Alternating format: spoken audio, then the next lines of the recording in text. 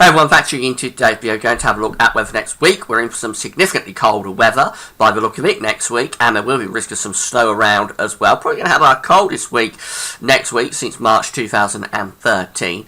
We'll also have a look at February. Have a very interesting update from the Japanese model for the next 3 months. I won't go out in this video for the full 3 months, but we'll have a look at February, and it does look really quite interesting indeed.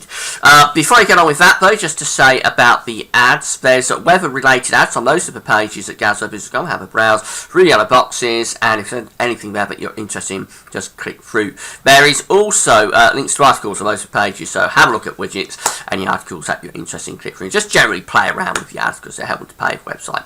Thanks so much for getting involved. Thanks for doing that. Now, it's been a very windy start across many parts of the country today. I think the worst of it is nearly over.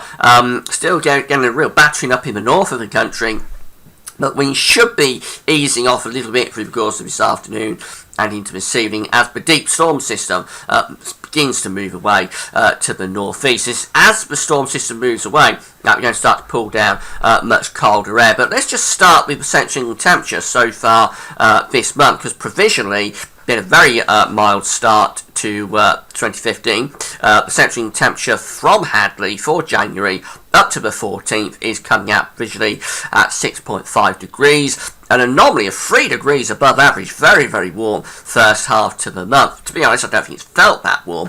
Probably because of the strength of the wind made it feel quite cold. But anyway, the stats don't lie, and it's been a very mild first half. But I think this is going to do a bit of a plunge over the next week or two. And if you're interested and enjoy this sort of thing, it'll be worth keeping an eye on this day by day, because I think this will be doing a very entertaining collapse over the coming week or so. The reason is that it's going to be a cold week. This is the temperature anomaly from the 14th to the 22nd of January, and you see that it's coming out colder than average there across the British Isles. The anomaly is around 2 to 4 degrees below average, so that central temperature is going to get a bit of a hammering, I think, over the coming week. The reason that's going to happen is that on Sunday we're in this northerly flow, so the storm gets out of the way today, clears away, and then we're going to open the door to that northerly wind. So that'll bring wintry showers down across the country tomorrow. Those showers will turn more and more to snow as we go through the weekend. We haven't got it quite in the high resolution time frame just yet, but it's going to be worth keeping an eye on it, I think, over the next day or two, because there could be some snow around. Probably not amounting to too much, but some snow around as early as the weekend. But it looks like it's going to be next week that we get the risk of some quite significant snow in some parts of the country. So this is the GFS chart for Sunday, and we see that we've got high pressure out to west of the country, bridging through the Central Atlantic, going up to Greenland. Low pressure to the east. We're forcing down this northerly wind. This low pressure in the east could be bringing snow showers to northern and eastern parts of the country. But a little bit of a ridge in that is going to Monday. It'll be a very frosty start on Monday morning, with temperatures widely down to -5, -6, -7 degrees. And temperatures by day on Monday are going to really struggle to get above freezing, despite probably being quite a bit of sunshine around. A few snow throws down the east coast, but quite a lot of sunshine around on Monday.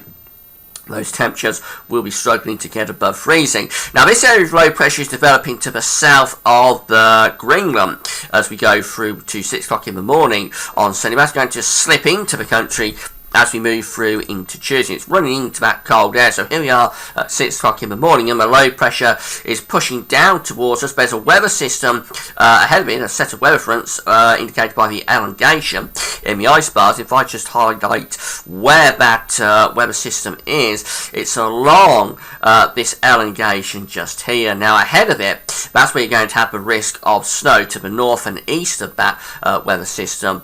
To the south and west, you've got the risk of rain or sleet, and possibly some snow mixed in as well, but it's always to the north and the east of these systems, on the cold side of them, that you get the greatest risk of snow coming through. So definitely there is a risk on Tuesday, some quite significant snow across some parts of the country. We're just going to have to pinpoint the exact track of that low pressure and the weather fronts, and we won't know it until closer to the time. As we go through into Wednesday, that low pressure is centred across Ireland. Again, we're within cold air, and the weather front by then is probably in this sort of position. So again, it implies that anywhere to the north and the east, which is this sort of zone here, has the risk of snow. To the west and to the south, you've probably got a greater risk of rain.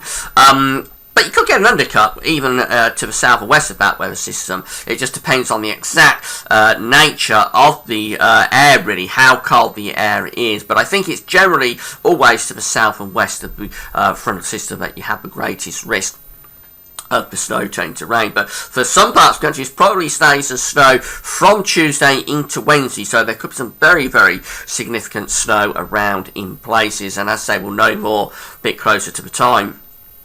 By the time we get through to Thursday, that low pressure is slipping to the south of the country. Look at all this nice ridging up to the north from Iceland going through to Scandinavia. That's proper sort of blocking. And we're opening the door to easterly winds. So the temperatures will be staying cold throughout most of next week, really. It's going to be a cold week, as I said, coldest week, certainly in terms of the averages and anomalies since March 2013. Bringing that easterly wind, that'll see the persistent snow and rain clearing away to the south of that low pressure. They'll open the door to the east wind, which will almost certainly bring snow showers onto the east coast. So we keep that easterly going then into the end of next week. A bitterly cold easterly wind, almost certainly blowing in snow showers to the east. By day 10, long way off in this sort of a pattern, but by day 10, Sunday the 25th, it's still cold. The high pressure sort of slipping down over the country, so maybe cutting off that easterly wind, but it'll be very frosty by then, with temperatures possibly going down as low as -10 or lower across some parts of the country, particularly if you've got snow cover. The ECMWF agrees with all of this, really. We've got that northerly wind coming down across the country on Sunday, so it will be turning increasingly cold through the weekend. And then as we go into the start of next week, we're going to find that low pressure moving in. Here it comes midnight on Tuesday. That will bring snow into parts of the country, rain out to the far west, but as that system pushes into the cold air, will turn increasingly to snow. And again, it's sort of the idea that there's a weather front through that area of low pressure. It's lying probably on this chart somewhere around here, so this probably brings a greater area into the risk of snow with rain, probably restricted down to the very far southwest of the country. But again, we just can't rely on that. We're going to know much more closer to the time. I'll be able to give you a bit of a forecast for next week on Saturday when I do the week ahead forecast, but even then it'll be a little bit too far away really to go into exact detail. Probably around Sunday is when we'll get a better idea of exactly where the rain snow dividing line is with this, but certainly significant snow across some parts of the country as we go through late Monday into Tuesday and possibly even on into Wednesday. This is a chart for midnight on Thursday, and that low pressure then is generally to the south of the country. Again, the weather front is probably in that sort of zone wrapped around the area of low pressure, so the south may have risk of rain, and this sort of zone has the risk of snow. But again, I have to emphasise, we will know a great deal more about this when we get closer to the time. Eventually, anyway, that low pressure slips away to the south, goes into the central part of Mediterranean, opens the door to that easy wind, same to GFS, and then we blow this bitterly cold east to northeasterly wind through into the weekend, next weekend. Quite a strong wind as well, so any snow that's on the ground likely to drift, I would suggest, with that, and we'll be blowing in snow showers into eastern parts of the country as well. Lots of blocking up to the north, high pressure over Scandinavia, high pressure in the Atlantic, really bring down that easterly wind. Day 10, Sunday the 25th, keeps it very cold, high pressure to the north, reaching to Scandinavia, and still bringing that bitterly cold easy wind through. So it certainly looks like next week going to be significantly colder than average week. It will be our coldest week since March 2013, and there will be a risk of significant snow in places as well. The detail to be determined. Now, I said we'd have a look at February. This is the latest update from a JMA model.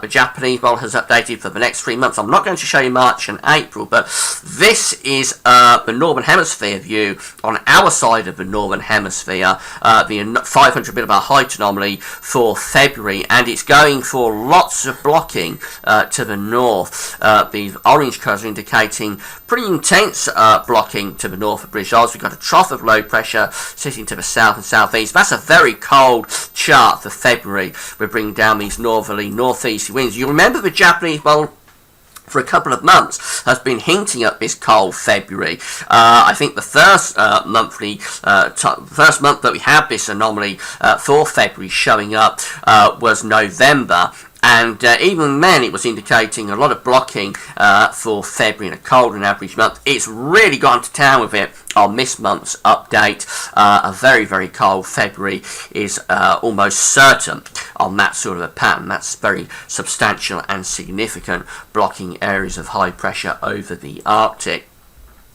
This is the temperature anomaly that the Japanese model is seeing for February, and you'll not be surprised after seeing that 500 millibar height anomaly chart to know that we're coming out cold and average. British Isles is just here in the very far right hand corner of the chart as you're looking at it, but we're under colder and average anomalies. You would probably think it should be a little bit colder than that, really, based on the anomaly. It's a very extreme blocking pattern. So anyway, the model is going for a colder than average month, and most of Europe, interestingly, is coming out colder than average as well, as is most of Eastern America. So this pattern that we've got setting in now and going into next week, I think the JMA is seeing it as being a very significant pattern change, and one that will persist on an on and off basis, probably not continuously, but on and off. It's seeing that this colder pattern that's emerging over next week is going to persist through the rest of the winter, really, and February is likely to be a very